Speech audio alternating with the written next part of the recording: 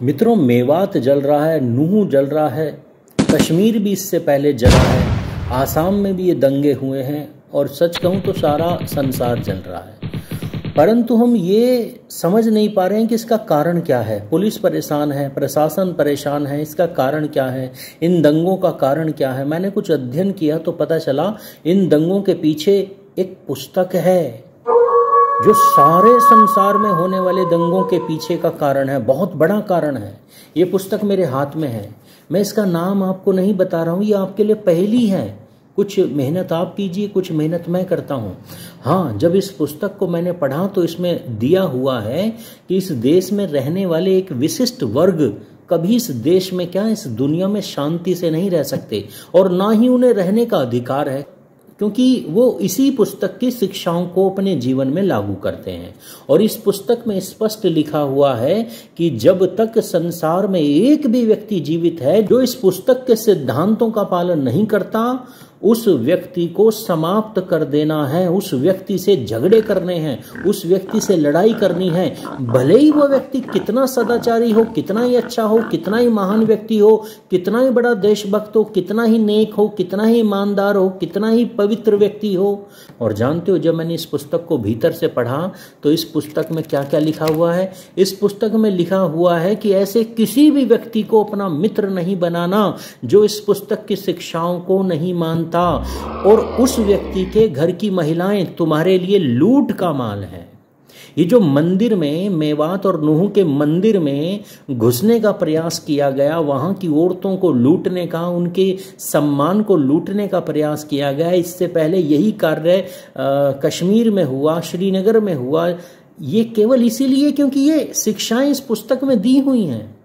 एक विशेष वर्ग है इस देश में जो इस तरह के झगड़े करता है, बिना बात के करता है। सरकार परेशान है, झगड़े बिना बात हो क्यों रहे हैं?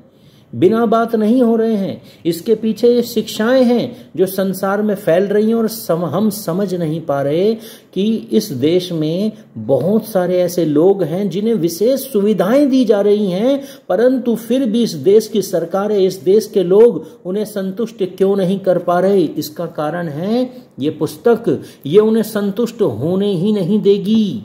बस इसीलिए आप इन्हें कितना ही अपना भाई मान लो, कितना ही मित्र मान लो, पर ये आपको मित्र मानने वाले नहीं हैं, क्योंकि इसमें लिखा हुआ है अंतिम सांस तक युद्ध करना है, झगड़ा करना है, फसाद करना है। जब तक एक भी व्यक्ति ऐसा है संसार में जो इस पुस्तक के सिद्धांतों को नहीं मानता, जबरदस्ती मानना पड़ेगा। ये कहते हैं जबरदस्ती मानो, अगर नहीं मानोगे तलवार के दम पर मनवाएंगे। बस इसीलिए संसार में झगड़े हो रहे हैं। और इस पुस्तक को मानने वाले लोग हमारे देश में, हमारे अड़ोस में, हमारे पड़ोस में रहते हैं, हमारे मित्र हैं, हमारे बच्चों के टीचर हैं। और याद रखना, इसी पुस्तक में एक सिद्धांत और दिया हुआ है। हाँ, जब तक आप संख्या में कम हो, इस पुस्तक के मानने वालों के लिए इस पुस्तक में सिद्धांत दिया हुआ है कि जब तक आप संख्या में कम हो, उन लोगों से जो इस पुस्तक के सिद्धांतों को नहीं मानते, उनसे दिखावे की मित्रता करो। एक थाली का खाना भी खाना है तो खाओ, पर कब तक? जब तक आपकी संख्या अधिक नहीं हो जाती। और जैसे ही संख्या अधिक हो जाए, बस वही करो जो कश्मीर में किया, वही करो जो आसाम में किया, वही करो जो मणिपुर में किया, वही करो जो केरल में किया, और वही करो जो पश्चिम बंगाल में चल रहा है, वही करो जो मेवात और नूह में हो रहा है। तो पता नहीं इस देश के लोग कब समझेंगे कि इस देश में होने वाले, संसार भर में होने वाले झगड़ों का कारण ये पुस्तक है। इसका अध्ययन करना शुरू कर दीजिए।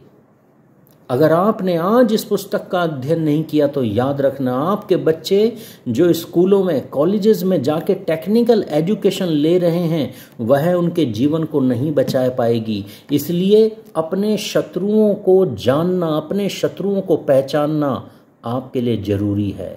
वरना जो आज नूह मेवात में हुआ है, जो दिल्ली में हुआ है, वह आपके घरों तक भी होने वाला है। ये कौन सी पुस्तक है? इसे जानने का प्रयास कीजिए, इसे ऑनलाइन ऑर्डर कीजिए, इसे पढ़ना शुरू कर दीजिए। दिल्ली में एक पुस्तक मेला लगता है, लगभग फ्री के दाम पर मिलती है, पढ़ना शुरू कर दीजिए।